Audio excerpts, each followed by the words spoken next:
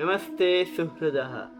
अद्य अहमेकम् अत्यन्तसुन्दरं सुभाषितम् वदामि। सुभाषितम् एवमस्ति: धनानि भूमौ पशुवच्च गोष्ठे, भार्या गृहद्वारे, जनाः श्मशाने, देहश्चितायां परलोकमार्गे, कर्माणुगो गच्छति इति जीव एकः.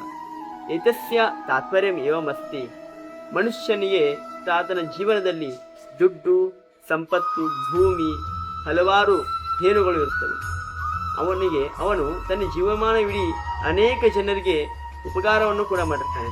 ಆದರೆ ಆತನೇ ಕೊನೆಯುಸಿರೆಳೆದಾಗ ಆತನ ಪ್ರೀತಿಯುಳ್ಳ ಹೆಂಡತಿಯು ಕೂಡ ಕೇವಲ ಭಾರ್ಯ ಗೃಹದ್ವಾರೆ, ಕೇವಲ ಮನೆಯ ಬಾಗಿಲನ್ನವರಿಗೆ ಮಾತ್ರ ಬರುತ್ತಾರೆ. ಜನರೂ ಕೂಡ ಅಷ್ಟೇ, ಆತನೊಂದಿಗೆ ಸ್ಮಶಾನದವರಿಗೆ ಮಾತ್ರ ಬರುತ್ತಾರೆ.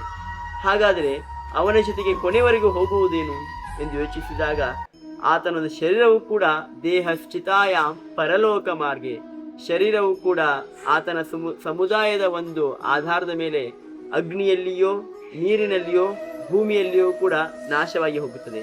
ಆದರೆ ಅವನ ಜೊತೆಗೆ ಹೋಗುವುದು ಕೇವಲ ಆತನು ಮಾಡಿರುವ ಕರ್ಮ ಮಾತ್ರ. ಅದಕ್ಕಾಗಿ ಹೇಳಿದರು, ಕರ್ಮಾಣುಗೋ ಗಚ್ಚತಿ ಇತಿ ಜೀವ ಏಕಃ. ಆತನು ಒಳ್ಳೆಯ ಕರ್ಮವನ್ನು ಮಾಡಿದರೆ ಸ್ವರ್ಗಕ್ಕೆ, ಆತನು ದುಷ್ಕರ್ಮವನ್ನು ಮಾಡಿದರೆ ನರಕಕ್ಕೆ ಹೋಗುತ್ತದೆ. ಆದ ಕಾರಣ ನಾವು ಕರ್ಮವನ್ನು ನೋಡಿ ಮಾಡಬೇಕೇ ಹೊರತು ಮಾಡಿ ನೋಡುವುದಲ್ಲ. ಧನ್ಯವಾದ.